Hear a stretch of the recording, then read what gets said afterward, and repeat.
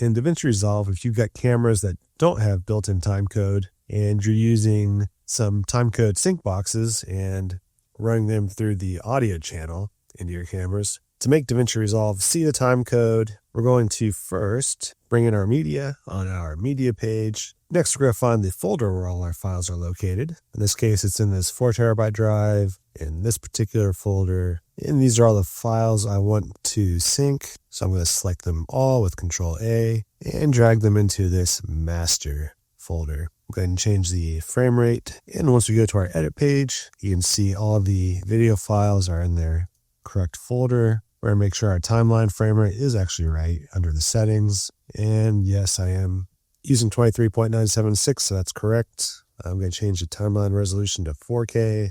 And then we'll go back to the media page. I'm going to select all our folders which have audio timecode. The Ace 2 Pro does not have audio timecode, so I'm not going to select that one. So I'll click the S5 II, hold down Shift for the GH5, and then hold down Control and select the S1 file. All of our clips that have audio timecode should be selected. So click in this bin, hit Control A to select everything. We're going to right click on any clip, then go to Audio Sync and click Update Timecode from Audio Track.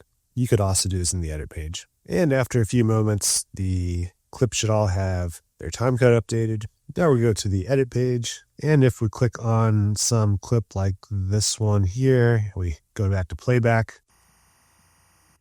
You'll hear the audio timecode, and we don't want to hear that when we're actually editing. So I'm going to, again, select all the clips we have, and I'm going to click on any random one, hit Control A, select them all, right click, and go down to Clip Attributes, where we go to Audio, and I'm going to change the format to Mono. And I'm going to leave this as Channel 1 and see what happens. So click OK. And once we go back to the GH5 and double click the clip,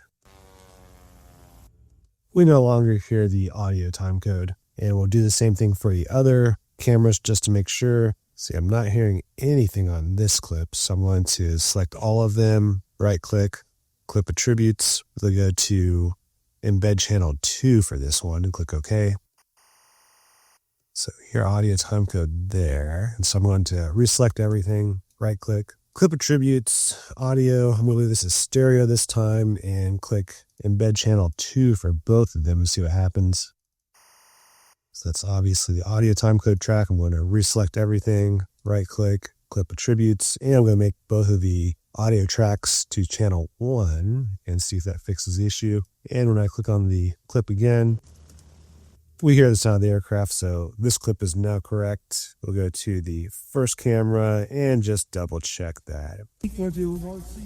Okay, so that's right. So our audio is all set up now. Our timecode should all be set up. Okay, so now we need to tell Davinci Resolve basically where to place each of the camera angles on our timeline. In this case, I was shooting the show with 4 different cameras, and I want the bottommost track, which is track 1, to be the most wide angle lens, and I want track 4 to be the tightest lens. So the Ace 2 Pro's an action camera, that's going to be the widest lens. So I'm going to select all the Ace 2 Pro clips by pressing Control A. Then we go to the metadata tab, and you'll see this strange hamburger menu with a down arrow in the upper right corner of the screen. Go ahead and click that and click all groups. Now you can see this whole section is editable, and we're going to look for the group that says angle. It's right here. We're going to click the check mark, and we're going to call this angle 1. We'll click save, and I'll go to the camera that had the next most wide angle lens. In this case, it's the Panasonic S1. We'll do the same thing. Select all these clips, go to our angle, check mark it, and we call this angle 2.